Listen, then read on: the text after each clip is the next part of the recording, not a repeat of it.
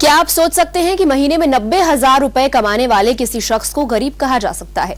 जिस देश में खुद सरकार कहती हो कि 29 रुपए में दिन गुजारा जा सकता है, उस देश में कोई शख्स 90,000 रुपए महीने कमाता हो और अपने लिए सस्ते घर जैसी उन सुविधाओं की मांग करे जो गरीबों को दी जाती हो, तो जाहिर है दिमाग कंफ्यूज तो हो ही जाएगा।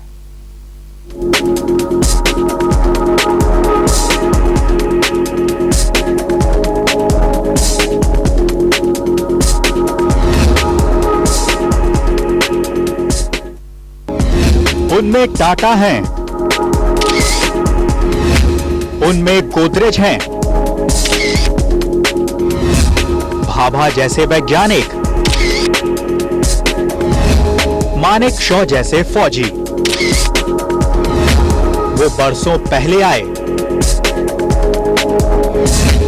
यहीं के हो गए। देश बनाया, पैसा कमाया। अरबपति हैं या करोड़पति, शायद ही कोई लखपति। उनका गरीबी का नया नियम, 90,000 कमाने वाला गरीब। बॉम्बे पारसी पंचायत की माने तो पारसी समुदाय के जिस पारसी की मासिक आमदनी 90,000 रुपए से कम होगी, उसे ही गरीब माना जाएगा और पारसी पंचायत उसी गरीब पारसी को सस्ता घर मुहैया कराएगी।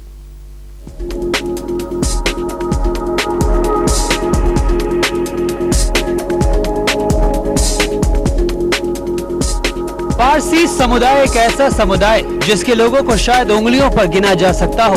देश का शायद अकेला ऐसा अल्पसंख्यक समुदाय जिसने अपने लिए सरकार से कभी कोई मांग नहीं की। इस समुदाय के बारे में कहा जाता है कि इनमें गरीबी जैसी कोई चीज ढूंढने से भी नहीं मिलती, क्योंकि पारसी लोग स्वभाव से बिजनेस और इंडस्ट्री से जुड़े होते हैं और नौकरी और खेती के बजाय अपने बिजनेस को प्राथमिकता देते हैं। आंकड़ों के लिहाज से ये ऐसा समुदाय है जो प्रति व्यक्ति के हिसाब से शायद सबसे ज्यादा इनकम टैक्स देता होगा। पारसी समुदाय के प्रति व्यक्ति आय के आंकड़े तो शायद नहीं उपलब्ध होंगे, लेकिन बॉम्बे पारसी पंचायत के माने तो उन्होंने अपने समुदाय के लिए गरीबी की नई परिभाषा पर मुहर लगा दी है।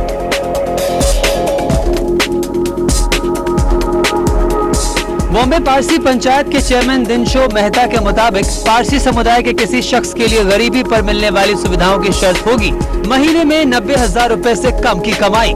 जो भी पारसी व्यक्ति समुदाय से गरीब पारसियों को मिलने वाली सहायता के रूप में घर की इच्छा रखता हो, उसकी कमाई महीने में 90,000 रुपए से कम होनी चाहिए। बॉम्बे पारसी पंचायत ने यह फैसला रोहिंटन तारापुरवाला नाम के एक शख्स की याचिका पर सुनाया, जिसमें उसने अपने लिए पंचायत की ओर से सस्ते में घर की मांग की थी। लेकिन पारसी पंचायत ने जब रोहिंटन की मिल्कियत की जांच की तो उसे पता चला कि रोहिंटन के पास डहाणू में 17 एकड़ का प्लॉट है, 2000 वर्ग फीट का बंगला है, जिसकी कीमत 1.5 से 3 करोड़ के बीच है। इसीलिए रोहिंटन को गरीब नहीं माना जा सकता।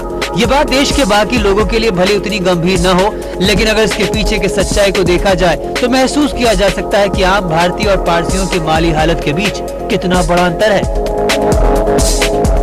रणजीत सिंह, TV9 मुंबई।